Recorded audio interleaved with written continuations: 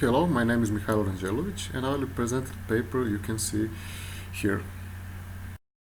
In recent years, there is increasing trend of using digital image correlation method in determining displacement of strained fields as well in measuring fracture mechanics parameters.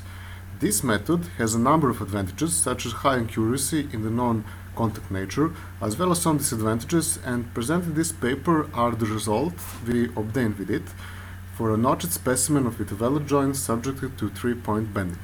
The digital image correlation system used in the experiment consisted of two cameras and a RAMI software that has been successfully applied for the welded joints in the last few years.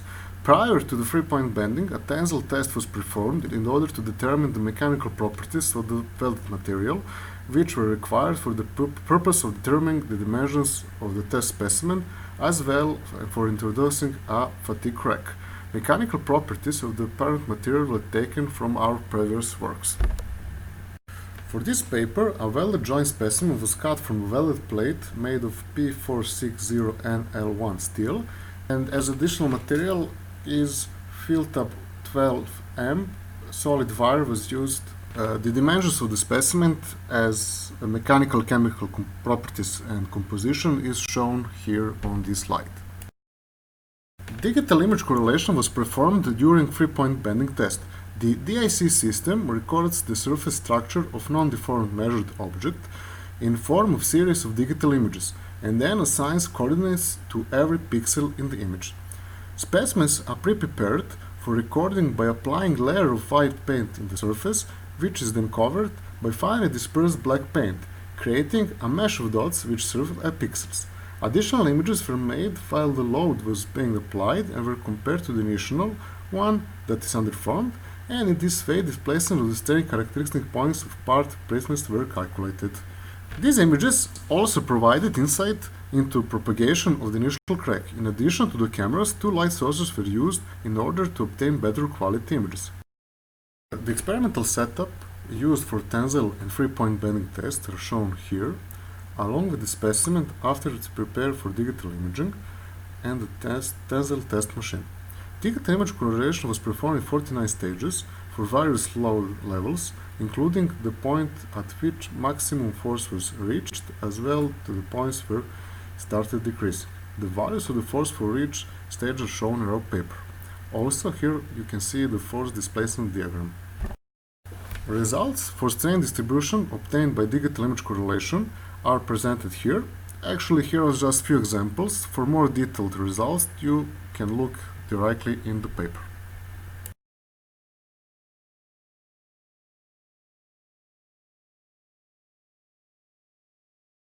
From the images shown in the previous figures, the crack propagation can be clearly seen. The crack itself can be observed at the beginning of the loading, denoted by a slightly different color compared to the surrounding area in the early stages. As expected, the strain was constantly near the crack tip, as indicated in the later stages, as crack propagation took place. This suggests that the specimen has been exceptionally well prepared for DIC optical measuring.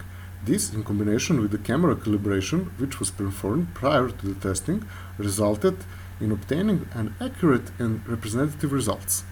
Strain which corresponded to the maximum force was determined to be around 15%, which corresponded to the value from the load displacement diagram obtained by the experiment. Maximum strain obtained by DIC was around 35%, wherein the experimentally measured was around 29%. Hence, there was a bigger difference in this case compared to the maximum force. Based on the results obtained by both digital image correlation and presented in this paper, it can be concluded that DIC can be used to measure the strain distribution of the welded joint specimen subjected to 3-point bending load with a satisfying level of accuracy. It should be pointed out, however, that the accuracy decreases after the maximum force is reached and the load starts to decrease. The method also provided detailed insight into propagation of the crack by recording its various stages and providing a clear digital representation from initial to the final stage. Additionally, it can be concluded that the preparation of the specimen itself, along with the proper calibration of the cameras, represented important factor in the accuracy and the quality of obtained results.